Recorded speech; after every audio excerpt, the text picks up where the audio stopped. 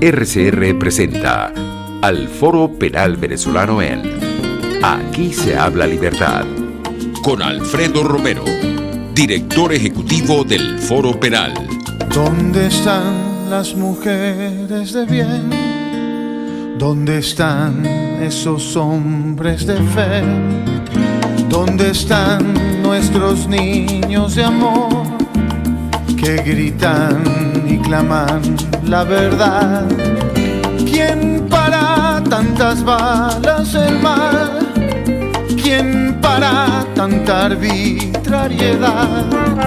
¿Quién para tanto odio y maldad? ¿Dónde están los soldados de paz? Por la vida doy la vida, por la paz doy amor, por respeto a la vida. Esta canción contra el terror, una canción contra el terror.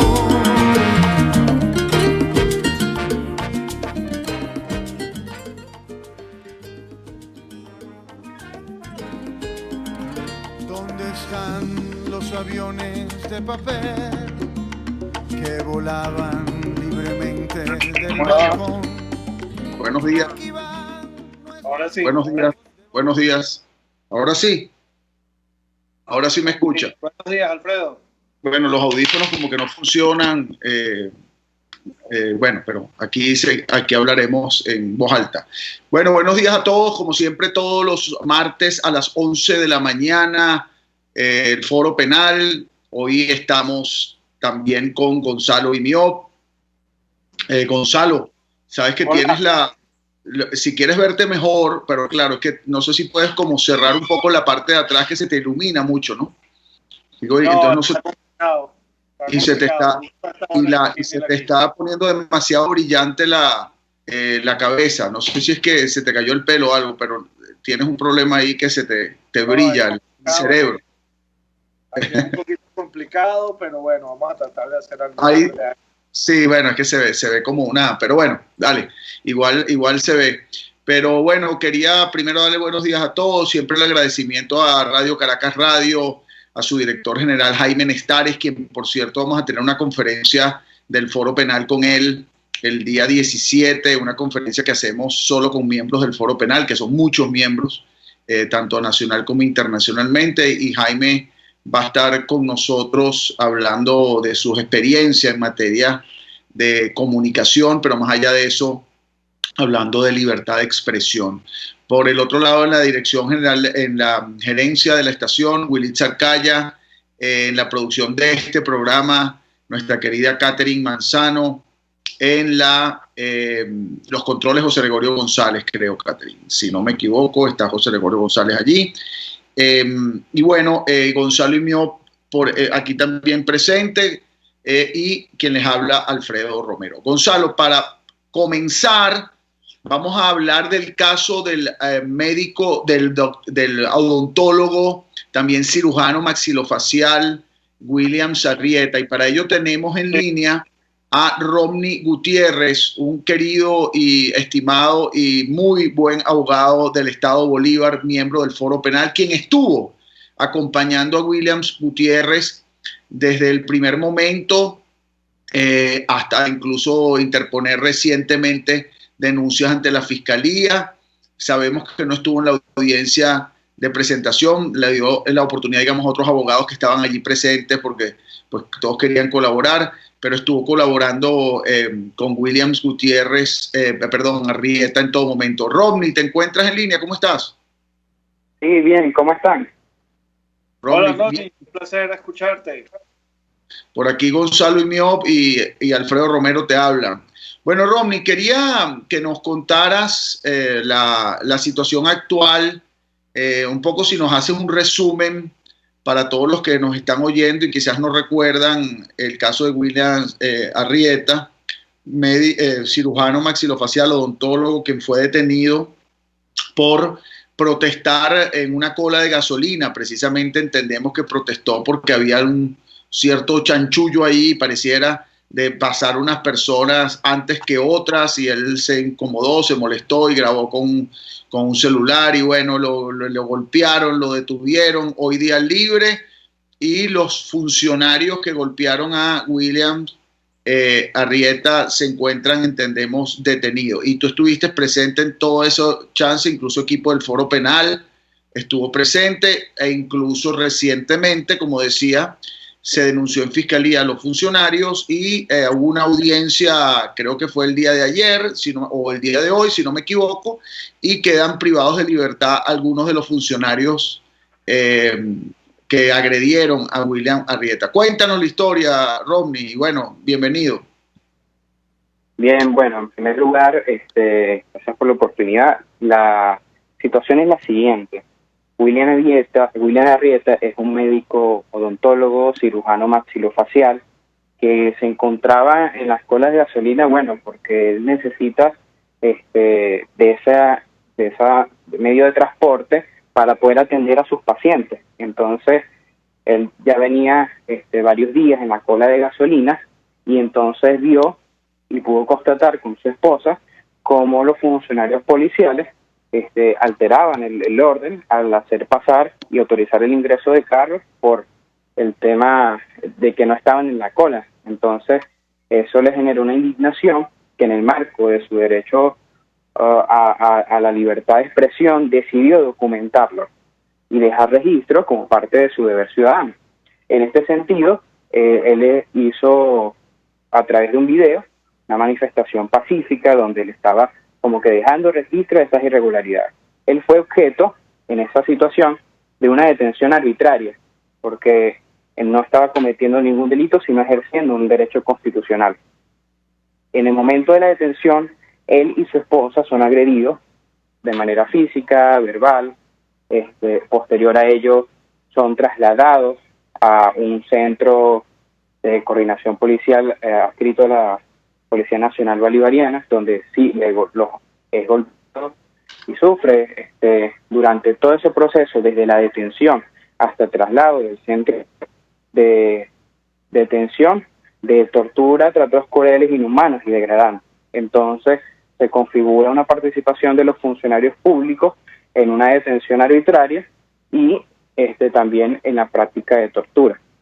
Esta situación llevó a que se realizara una audiencia de presentación donde la fiscal decretó la libertad plena del médico William Arrieta y solicitó unas órdenes de aprehensión en contra de los funcionarios implicados.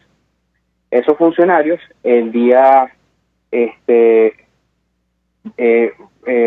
domingo fueron detenidos y fueron puestos a la orden del tribunal precisamente el día de ayer para una audiencia de presentación en donde la fiscal de Derechos Fundamentales, Marisol Carvajal, en conjunto con la Fiscalía contra la Corrupción, le imputaron los delitos de trato cruel y abuso de funciones, en donde la jueza admitió la precalificación fiscal y dictó como medida preventiva una privativa de libertad de los funcionarios implicados. Y asimismo, desde el Ministerio Público se solicitó una orden de aprehensión en contra del resto de los funcionarios implicados en esa práctica de detención arbitraria y tortura, siendo en este caso uno de ellos el comisionado en jefe de la policía,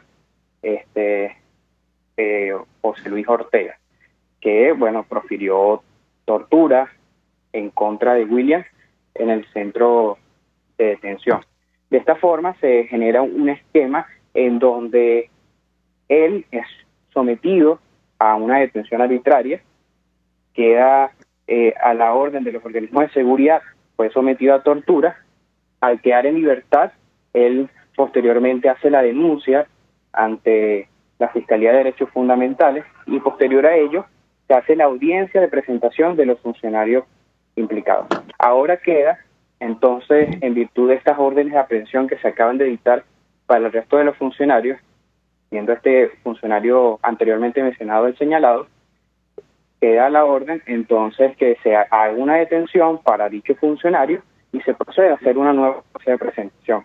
Como parte del derecho a la justicia de las víctimas, en este caso de William y su familia, tienen derecho a hacer seguimiento de ese proceso para que se pueda dictar una sentencia condenatoria por dichos delitos. Está bien, Ronnie. Mira, una pregunta. Fíjate que me llama mucho la atención la velocidad con la que fueron investigados y llevados a proceso estos funcionarios, porque honesta y sinceramente esa no es la constante, ¿no? Lo que pasa regularmente en estos casos es que el que queda preso es el que está ejerciendo válidamente sus derechos, y los funcionarios que incurren en estas prácticas pues normalmente no son ni siquiera investigados. ¿A qué crees tú que se debe que se haya procedido de esta manera en este caso? Bien, pues una muy buena pregunta, porque en el caso de William estoy totalmente convencido de que su libertad va más allá de lo que pueda decirse en el tribunal, sino es la consecuencia de la unión de la sociedad civil, de empresarios, de medios de comunicación, del gremio de salud, de defensores de derechos humanos, de organizaciones no gubernamentales, entre ellas Foro Penal, y distintas manifestaciones de solidaridad que hicieron incidencia ante esa injusticia, lo cual permitió hacer una exigencia que pueda básicamente manifestarse en esa libertad plena. Por eso yo estoy convencido de que es producto de toda esa presión de ciudadanía, de medios de comunicación, de todo el equipo tanto de abogados como de miembros de la sociedad civil, que ante este hecho injusto lo visibilizaron y se hicieron parte de esa exigencia de libertad. Y creo que es la consecuencia precisamente de eso lo que nos permitió generar una presión de tal magnitud que los funcionarios públicos se vieron en la obligación de dictar una decisión conforme a la ley. Porque la cosa es que al tener una presión suficiente, viendo que él estaba ejerciendo un derecho constitucional, ellos tenían que actuar conforme a la ley y así lo hicieron. Claro. Ay, se cayó. Romney, se acaba de caer, creo, la llamada, ¿no? Romney, ¿sigues ahí o se cayó la llamada? Se cayó la llamada. Sí, se cayó la llamada. Bueno, trataremos de contactarlo otra vez. Bueno, ciertamente, Gonzalo, ese tema, como lo decía Romney Gutiérrez, Romney es abogado desde hace ya bastante tiempo del Foro Penal voluntario en el estado Bolívar, una persona que incluso comenzó cuando no era abogado, comenzó de estudiante, luego se graduó y hoy día ha ganado experiencia pues, en materia de derecho penal en el estado Bolívar. Hoy día incluso tiene un posgrado en ciencias penales y pues un abogado que además de ser del Foro Penal es amigo de este doctor William Arrieta. Y pues lo cierto es que aquí este es un caso ejemplar, un caso que nos hace ver con claridad que cuando se visibilizan los casos, cuando la denuncia conjunta, unida de la sociedad civil en relación con un ciudadano arbitrariamente detenido puede traer como consecuencia lo que, por ejemplo, en este caso ocurrió. No solo la libertad de William Arrieta, sino incluso la condena no solo de la sociedad, sino incluso de los tribunales, que son parte de la sociedad, de la fiscalía de estas personas. No condena, pues, pero por lo menos la imputación inicial, digo condena por decir condena social.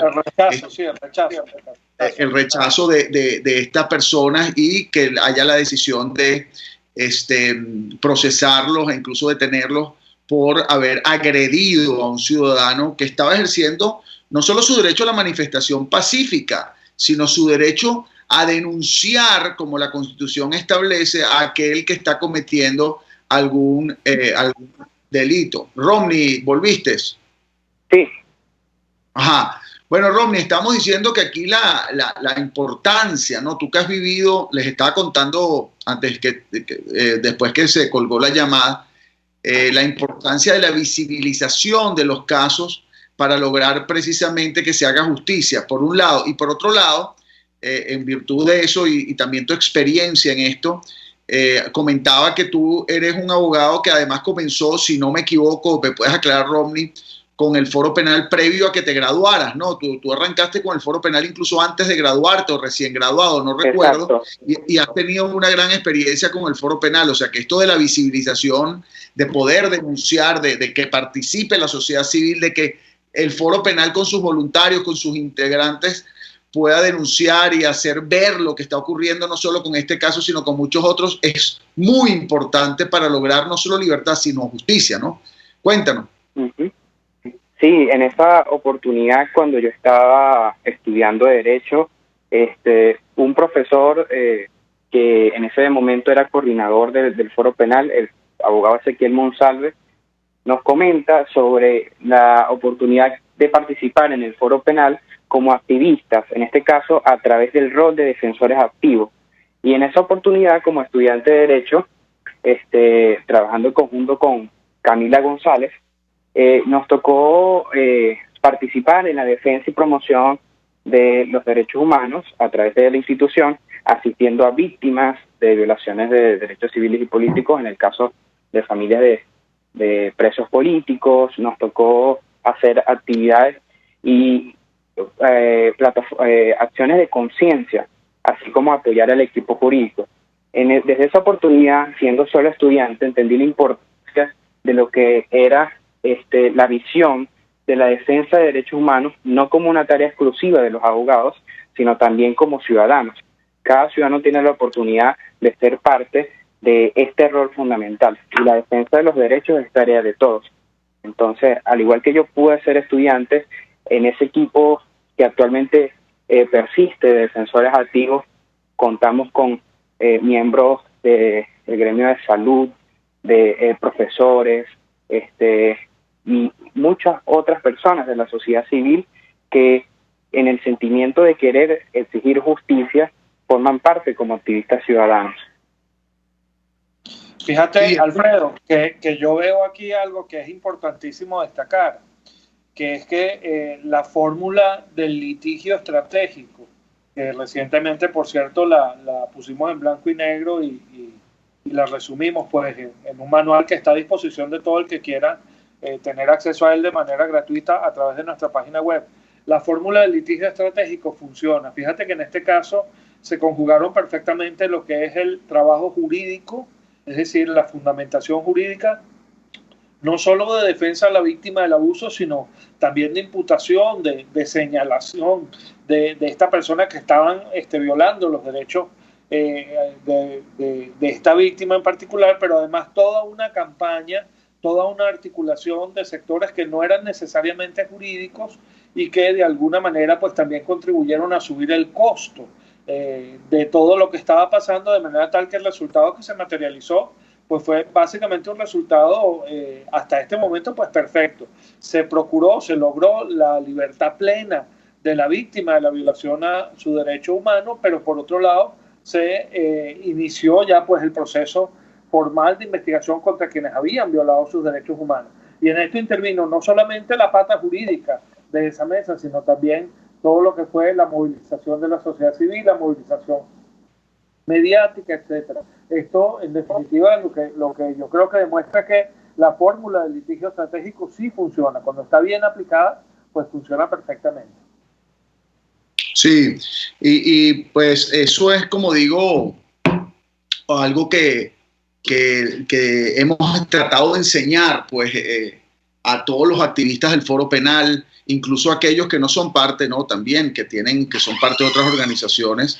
Y un tema interesante de Romney que él contaba es cómo se hizo parte del Foro Penal y cómo, debo decir, y quería pues aprovechar que estamos hablando contigo, Romney, porque nos están también escuchando activistas nuestros, incluso coordinadores internacionales. Está, por ejemplo, Munira Muñoz de Miami, está conectada por YouTube, está Hilda Mora, que es nuestra coordinadora del capítulo del Foro Penal de Lisboa. También nos está aquí comentando Carlos Mora, quien fue, por cierto, preso político, se encuentra hoy día, entiendo, fuera del país. Está también, bueno, hay varias personas que, bueno, también está María Macei, que siempre está pendiente aquí en el canal de YouTube, que aquí pueden comentar y preguntar. Y quería pues que tú contaras, Romney, también tu aprendizaje, es decir, porque no es lo mismo, evidentemente, tú tienes además tu ejercicio privado, porque el Foro Penal, como ustedes saben, pues los abogados hacen su ejercicio privado también, de lo cual viven, pero a su vez dan parte de su tiempo en el tiempo que tengan. Por eso somos varios a causas como, por ejemplo, esta de William Sarrieta, o como muchas otras que se han llevado en el estado Bolívar, los diferentes estados del país. Y esto sirve como una experiencia muy importante, porque yo siempre he dicho que, claro, tú con tu causa privada, Romney, habrás tenido representación de algunas personas, pero con el Foro Penal te da una experiencia bastante grande. Incluso ahí, por decir una persona que me viene a la mente en Caracas, María Fernanda Torres, una abogada que también comenzó como estudiante, y luego Maffer Torres, y luego como abogada, bueno, qué sé yo, en cuántas causas habrá participado, más de 400. O por ejemplo Estefanía Migliorini, otra abogada actual en Caracas, que no tenía mucha experiencia o ninguna experiencia en materia penal, y hoy día pues no solo es que tiene una excesiva experiencia y se maneja pues como pez en el agua en tribunales y en todo el sistema, pero además ha estado pues en más también de cuántas, no sé, ya no sé cuántas audiencias, porque son múltiples diarias, constantes, y a veces varias que se repiten diariamente. Romney, ¿cómo ha sido tu experiencia en este sentido, y qué tú le plantearías a una persona que quiera ser parte del Foro Penal, iniciándose como defensor activo, por ejemplo?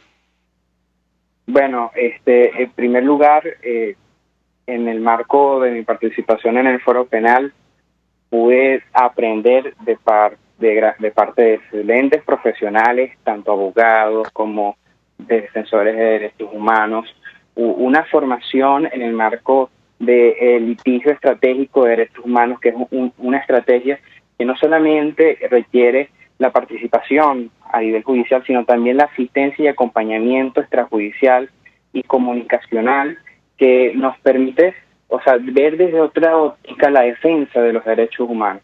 Y en ese sentido, como estudiante de Derecho, pude aprender de profesores, de excelentes colegas, cómo debía ser el ejercicio del derecho, y ya después pude tener mayor experiencia para mi posterior ejercicio profesional. Pero lo que yo le quisiera decir a cada ciudadano, a cada persona que quiere involucrarse, es que se anime, porque en el Foro Penal es una escuela para la ciudadanía, para los derechos humanos, de formarse, de ser parte de ese proceso de justicia que hoy en día hace más falta y se hace más necesario en Venezuela, sobre todo porque cuando nosotros vemos casos como estos, donde se da estas situaciones de justicia, nos hace la oportunidad de hacer ese llamado de conciencia para que no solamente pase aquí con las víctimas de violaciones de derechos humanos, sino en todo el país. Entonces, consideramos que la meta de la lucha por la justicia es que nosotros tengamos ese llamado de conciencia.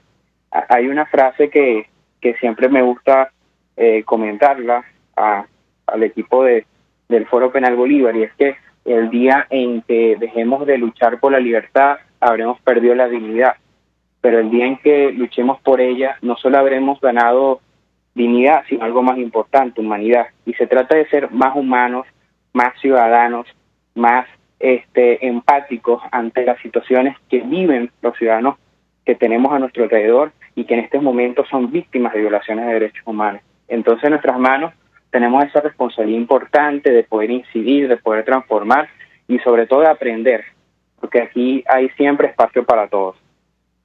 Sí, bueno, y eso, como te digo, es un llamado a todos los que quieran inscribirse en el Foro Penal, que quieran, a través de la página web www.foropenal.com, ahí encuentran el link. Por cierto, ahorita me acaba de llamar Gonzalo, que eso también es una de las grandes satisfacciones, ¿no? El logro de la libertad de muchas personas, siempre. Eso es lo que llamamos, Romney, tú sabes, el abrazo de libertad, que es precisamente lograr ver a las personas salir de la cárcel luego de un trabajo intenso.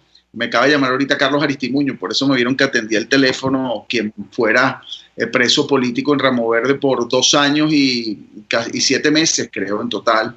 Acaba de ser uno de los liberados, producto de estos indultos, pero que uno dice, bueno, fueron liberados y uno los ve saliendo y en algunos videos, entonces hay un abrazo y un agradecimiento y uno lo ve con una gran alegría porque no es la persona que sale ese día, no es que estamos allí en ese momento cuando la persona sale, es que llevamos más de 2 años interponiendo escritos, yendo a audiencias, yendo al Ramo Verde, no solo a visitarlo, sino a conversar con él y a explicarle la situación, haciendo denuncias internacionales, nacionales, visibilizando el caso a través de campañas. Si es un trabajo, un componente, un complejo de acciones, que es lo que conforma lo que Gonzalo se acaba de referir ahorita, nuestro plan de litigio estratégico, que por cierto, Romney, no sé si allá en el Estado Bolívar ya llegaron algunos de los manuales, enviamos algunos, no tenemos tantos, pero publicamos unos,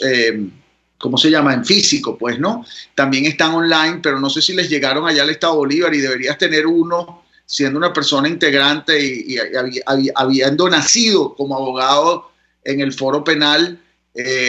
Quisiera que tuvieras uno. No sé si les llegó ya al Romney ese manual de litigio estratégico, no les ha llegado todavía. Creo que no ha llegado todavía. Ok, porque eso le llega a Patricia Borjas, es nuestra coordinadora allá en el Estado Bolívar. Uh-huh. Y bueno, yo creo que deben haber llegado, a lo mejor ella tiene algunos. Ahorita yo sé que con el problema de la gasolina es difícil transportarse, trasladarse, pero bueno, si no también está online y si no te mandaremos alguno para que lo tengas. Creo que es importante porque no es lo mismo, por ejemplo, para personas como Gonzalo y como yo, que nos gusta escribir y leer, no es lo mismo tener ese librito con el olor a papel y poder subrayarlo o resaltarlo con resaltadores o incluso hacer anotaciones en lápiz. Así lo hago yo, que tenerlo online, ¿no? Yo todavía me gusta tener mis libros, así sea, pesen lo que pesen, me gusta tenerlos en la mano y agarrarlos. Y para nosotros es además como un hijo que nació ese manual de litigio estratégico, como otras cosas que hemos escrito. Tenemos que ir a un corte. Así es. Romney, muchas gracias. Te puedes quedar allí, incluso comentar con nosotros, porque vamos a hablar de la actualización oral sobre la situación de derechos humanos de Venezuela de Michelle Bachelet, que ocurrió el día de ayer. Y bueno, eso lo hacemos en el próximo corte. Bueno, vamos y ya regresamos. Perfecto. Usted escucha al Foro Penal Venezolano en Aquí se habla libertad, solo por rcr.tv, la radio que se ve. Sintonícenos a través de Periscope, @RCR750, la radio que se ve. Remodelaciones de casas, apartamentos, oficinas, fincas, interiores y exteriores con acabado profesional. Mundo de Remodelaciones. Nos adaptamos al presupuesto de nuestros clientes. Llama sin compromiso 414-032-5419. Mundo de Remodelaciones. Mis amigos, una empresa comprometida y responsable con su personal es una empresa segura, y Produzca es la compañía pionera en Venezuela que ofrece la mayor cantidad de equipos de comprobada calidad para garantizar la seguridad integral de toda la nómina industrial de cualquier empresa. El catálogo de Produzca es inmenso, todo tipo de guantes, cascos, accesorios y productos varios de protección para tu personal. Conoce más de Produzca en www.produzca.com. Produzca, seguridad en tu empresa de los pies a la cabeza. Informe RCR presenta titulares. El Colegio de Enfermeros de Venezuela denunció la crítica situación que enfrenta el sector ante las carencias de insumos sanitarios para hacer frente a la pandemia de COVID-19. El diputado Ismael León aseguró que aún tiene en su poder algunas pruebas de las denuncias que presentó ante el Parlamento contra el empresario colombiano Alex Saab. Yo tengo por lo menos la carta primordial que recibieron cuando yo solicité que se abriera la investigación a las famosas tiendas Plan, que son las empresas Gran Límite y Tatalfor, todas estas empresas que son del señor Alex, y que al final montaban estas trampas de distintas clases y entonces se veía con dólares, había que pagar en dólares dentro de las tiendas, eran unos supermercados con lavadoras, cocinas, caucho, comida, como bueno, pues como un macro. Todo eso yo lo entregué y entregué las pruebas, llevé fotos del supermercado y al final, bueno, lo que le dije, es lamentable, lo tengo que decir con toda tristeza, que se haya prestado diputados de la oposición para el sinvergüenza. El director de Fundaredes, Javier Tarazona, denunció que grupos irregulares utilizan el estado Apure para resguardarse luego de cometer actividades ilícitas en suelo colombiano. En internacionales, en 4,1% aumentó el desempleo en el Reino Unido por la pandemia. Y en el mundo deportivo, el inglés Anthony Taylor fue designado para dirigir la Supercopa de Europa 2020 que disputarán el Bayern Múnich y el Sevilla el próximo 24 en el Puskás Arena de Budapest. 11:34.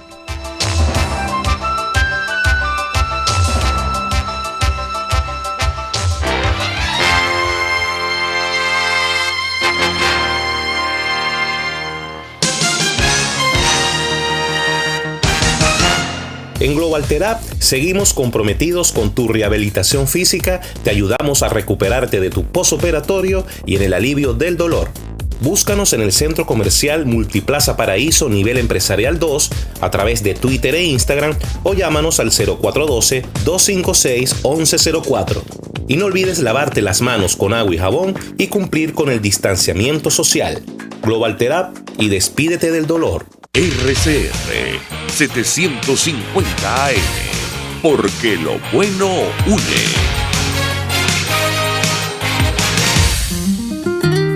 Les estamos presentando al Foro Penal Venezolano en Aquí se habla libertad. Bueno, aquí seguimos, Gonzalo Imiop y quien les habla, Alfredo Romero, del Foro Penal, y también Romney Gutiérrez se encuentra. Romney, ¿sigues allí, verdad, o te fuiste? Sí. Ah, bueno, Romney, para que además escuches esta conversación que vamos a tener sobre la actualización de esta oral que hizo Michelle Bachelet el día de ayer. Bueno, vamos a hacer un resumen rápido, incluso en mi Instagram, Alfredo Romerón, allí el día de ayer hice unos 5 minutos ahí hablando un poco rápido de la actualización, pero aquí tenemos un poco más de tiempo y aprovechando el conocimiento y la sabiduría de mi compañero Gonzalo Imiop, vamos a conversar sobre este tema. Bueno, Gonzalo, hago un resumen rápido. El día de ayer hubo una actualización oral, que por cierto eso ocurre cada mes, creo, constantemente, en virtud de una resolución del año 2019, donde el Consejo de Derechos Humanos establece la obligación, en virtud de esa resolución, que la Alta Comisionada de Derechos Humanos emita informes sobre la situación de derechos humanos en Venezuela. ¿Por qué? Porque Venezuela hay unas denuncias muy graves de violaciones a los derechos humanos, eso no ocurre en todos los países, y hay una observación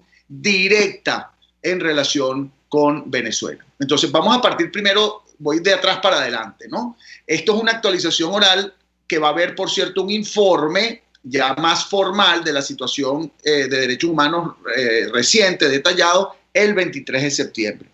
Pero paralelo a ello, y que son dos unidades distintas, separadas, a pesar de ser creadas por el mismo Consejo de Derechos Humanos, va a ser emitido un informe el día de mañana, el 17 de septiembre, que es el jueves, ¿verdad?, de lo que se llama la misión de determinación de hechos, o el Fact-Finding Mission, que se llama, que está trabajando desde afuera, concretamente en Panamá, conformado por 3 integrantes y una presidenta, que van a emitir también un informe sobre la situación de derechos humanos en Venezuela, y este sí es mucho más detallado porque se refiere concretamente a casos de detenciones arbitrarias, desapariciones forzosas, torturas y asesinatos. Es decir, está concretamente enfocado en una investigación sobre esta situación particular, donde incluso entendemos, han hablado con víctimas y hay una información mucho más detallada sobre lo que ocurre en Venezuela. Ahora bien,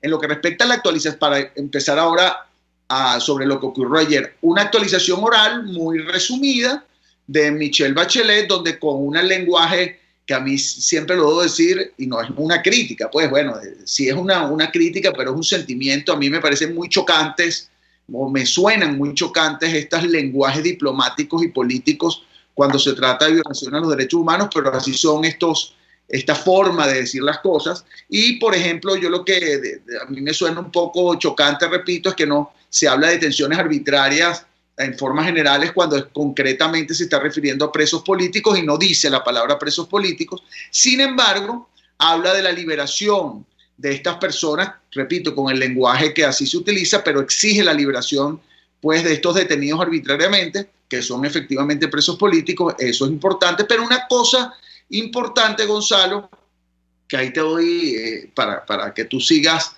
y no quedarme yo aquí pegado con el informe, porque hay varios detalles, es que lograron la visita o entrar a las cárceles, la Dirección de Contrainteligencia Militar, o conocida como dije, en Boleíta, donde hay presos políticos y ha habido unas denuncias importantes de tortura, y también lograron, según dice la actualización, entrar al Helicoide.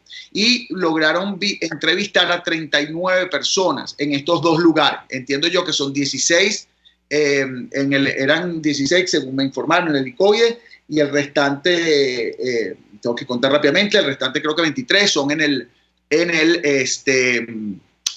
DGCIM. Ahora bien, quiero hacer notar, Gonzalo, y ahí quiero que tú también comentes, que esta visita se produjo luego de los indultos. Es decir, antes de eso no se había permitido la entrada al DGCIM ni al SEBIN. Esto es totalmente reciente. Incluso tenemos una reunión mañana miércoles, probablemente con los representantes de la ONU, para poco ver los detalles de esto, como ellos también se reúnen con el sector gubernamental, se reúnen con ONGs como la nuestra y otras. Mañana esperemos tener esa posibilidad para que nos cuenten un poco qué ocurrió, pero a todo evento, o por lo menos saber de qué se trata toda esta situación y también poder ver si logramos otras liberaciones, pero el hecho de que se produjo recientemente, y esto de alguna manera es algo que veníamos exigiendo desde hace ya bastante tiempo, ¿no? Sí, bueno, yo creo que de esta actualización oral, Alfredo, hay que destacar básicamente tres cosas, ¿no? La primera, como bien tú lo aclaras, es que es un breve resumen de lo que se espera que vaya a ser un reporte mucho más completo a ser presentado el 23 de septiembre. Es decir, todavía no se puede adelantar con absoluta propiedad cuál va a ser el contenido completo de esa actualización ya escrita del 23 de septiembre. Ahora bien, sobre ese primer punto hay algo que me preocupa. Fíjate que ya se han presentado varias veces estas actualizaciones sobre la situación de Venezuela. Recordemos que hubo un primer informe en el año 2019 en el cual se hicieron 23 recomendaciones, recomendaciones que ninguna de ellas fue, por cierto, tomada en cuenta por el poder. También luego se hizo una segunda actualización recientemente este mismo año, en la cual se volvieron a hacer recomendaciones, entre ellas 21 recomendaciones nuevas, de las cuales no se han tomado verdaderamente en cuenta todas ellas. Estamos esperando un poco a ver qué va a pasar con esa actualización escrita del 23 de septiembre. Un punto también que tú destacabas importantísimo es que una cosa es lo que está haciendo la delegación, la misión de la Oficina de la Alta Comisionada para los Derechos Humanos de la ONU, y otra cosa es lo que está haciendo la misión de determinación de hechos, ¿no? No necesariamente tienen que ser, se supone que sí, pero no necesariamente pueden darse resultados concurrentes en la presentación de las informaciones que vaya a presentar cualquiera de estas dos misiones, por llamarlo de alguna manera, de la ONU que están aquí. Nosotros anticipamos que la misión de determinación de hechos va a ser bastante más precisa que lo que ha sido el trabajo de la Oficina de la Alta Comisionada para los Derechos Humanos de la ONU. Eso en cuanto al primer punto. El segundo punto que yo creo que vale la pena destacar es algo que, bueno, tú adelantaste, pero yo quiero ser bien enfático en esto. El lenguaje importa. La forma en la que tú llames a las cosas importa.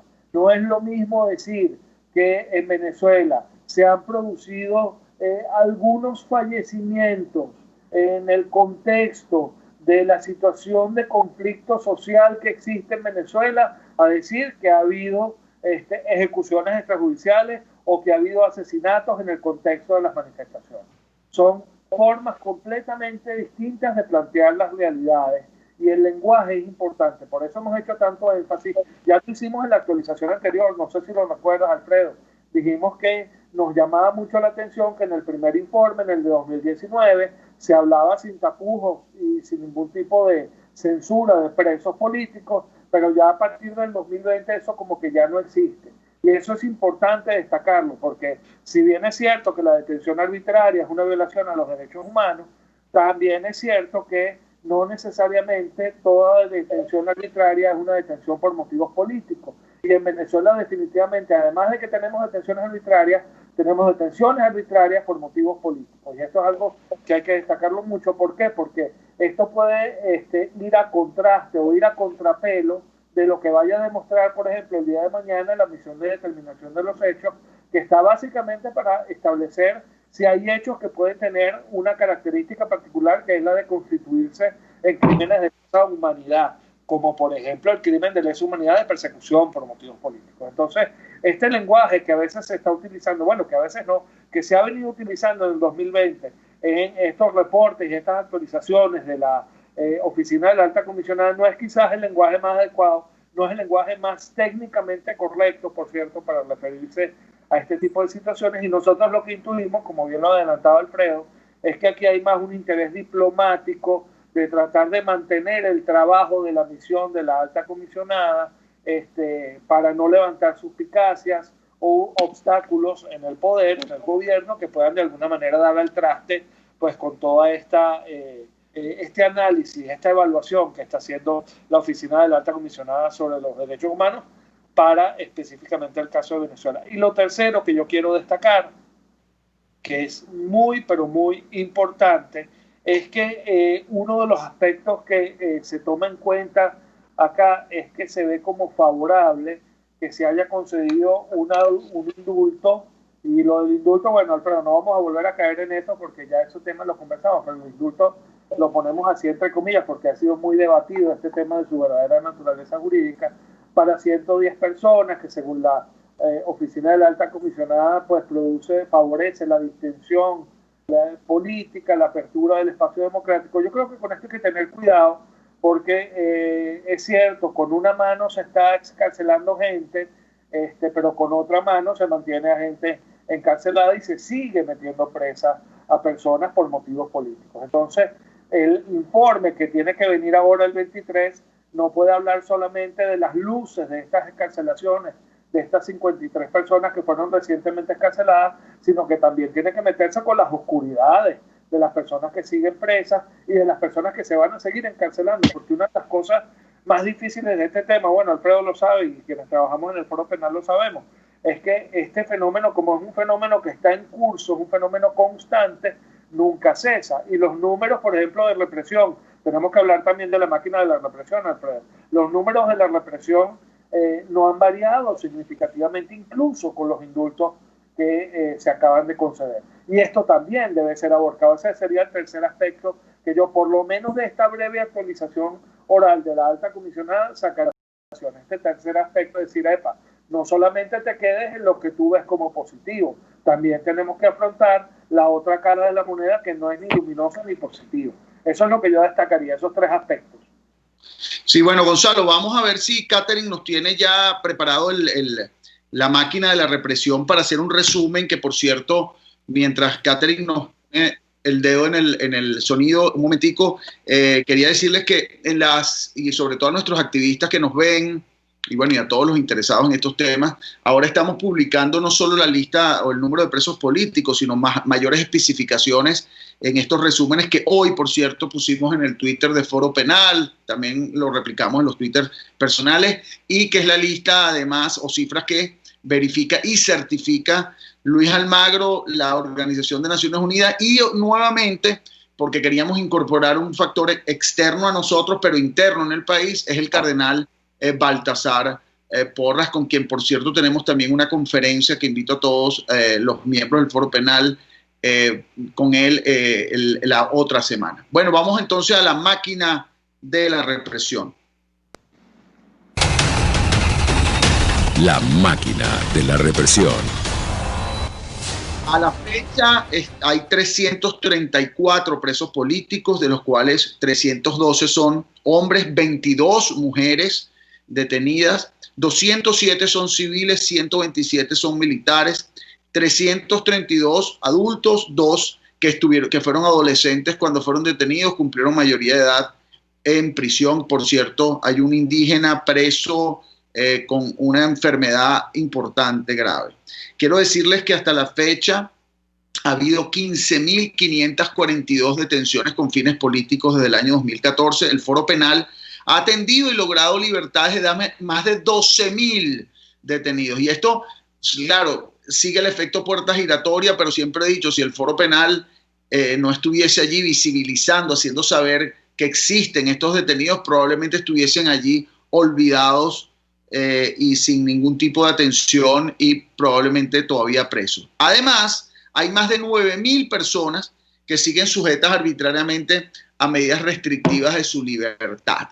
Y esto, con esto quiero decirles que, por ejemplo, en el indulto, que quiero aclarar, Gonzalo, porque hay un engaño, debo decirlo, al señalar que hubo 110 presos políticos indultados o liberados. Eso es falso, es falso. De los 110 indultados, solamente 53 estaban encarcelados. Los demás eran personas, sí, ciertamente perseguidas, exiliadas, con medidas privativas, pero incluso hay algunos que están, 6, que están totalmente libres, que no, el indulto no tiene ningún tipo de consecuencia ni práctica ni jurídica.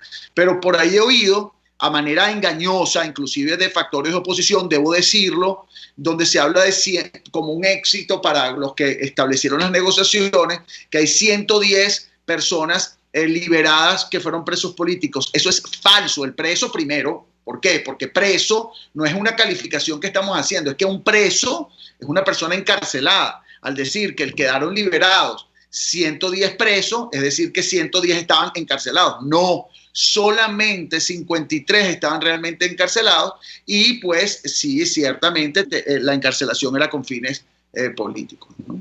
No, y no solo eso, Alfredo, uno de los presos, el número 54, era un preso común, no era preso político. Sí, bueno, y había un preso común que estaba preso, que también lo pusieron allí. Y no solo eso, sino que había un número bien significativo de personas, 27, si no me falla la memoria, que ni siquiera han sido imputadas. Es decir, supuestamente tenían averiguaciones penales en las que se les mencionaba, pero no tenían ni siquiera un acto de imputación formal. Es decir, no estaban ni siquiera limitados o restringidos en su libertad. Esos números hay que manejarlos con la verdad. ¿Por qué? Porque, como plantea Alfredo, no se puede tratar de buscar un provecho político de donde no existe ese provecho político. Sí, no es verdad que se hayan liberado a 110 presos políticos. En todo caso, se excarceló a 53 de los presos políticos, pero eso es solo una cara de la moneda. Yo lo voy a reiterar acá. La otra cara de la moneda es que nos quedan al día de hoy 334 presos políticos, y la otra cara de la moneda también tiene que ver con el hecho de que esto ha continuado. Esto no se hizo cesar. Siguen las detenciones, los arrestos por motivos políticos en Venezuela. Esto es muy importante destacarlo. Alfredo mencionaba de los 13 pemones que tenemos presos, hay uno que tiene una situación de salud bien delicada, bien complicada, y además tenemos todavía 22 mujeres presas. Es decir, antes teníamos 28 al momento de que se dictaron los indultos, fueron indultadas 6, pero todavía nos quedan 22. Gonzalo, no sé si se te está cortando a ti o soy yo el que no oye, porque no sé qué está pasando, que no se ve cortando. No sé si Catherine nos puede aclarar qué es lo que está pasando en la realidad. Sí, ok, entonces es el que... ¿Me escuchan? ¿Nos escuchan bien? Yo creo que sí, aquí no nos han hecho... Sí, yo creo que soy yo, Gonzalo. Creo que el problema soy yo. Mira, aquí alguien me pregunta, Alfredo, que qué pasa con los policías metropolitanos, qué pasa con los militares. Bueno, ninguno de ellos fue tomado en cuenta para los indultos, por lo menos en esta oportunidad. Esto es muy difícil de explicar, lo he adelantado, lo he dicho varias veces ya, lo hemos destacado varias veces ya, porque recordemos que la lógica que está detrás de estas medidas no es la lógica jurídica, es la lógica política. La lógica política que normalmente se articula y se materializa y se expresa de espaldas a los directamente interesados en la resolución de estas situaciones, que son las propias víctimas. Cuando nosotros conversábamos, por ejemplo, con los presos políticos que nosotros representamos, que fueron excarcelados, y les preguntábamos si de alguna manera habían tenido noticia de que esto iba a pasar, todos nos decían que no tenían la más mínima idea. Es decir, todo esto se manejó, se movió, se manejó, sí, ya vamos a ir cortando, se manejó y se movió de espaldas a ellos. Otra cosa, Alfredo, que yo quería destacar, espero que me estés escuchando bien, para no generar expectativas que no son correctas.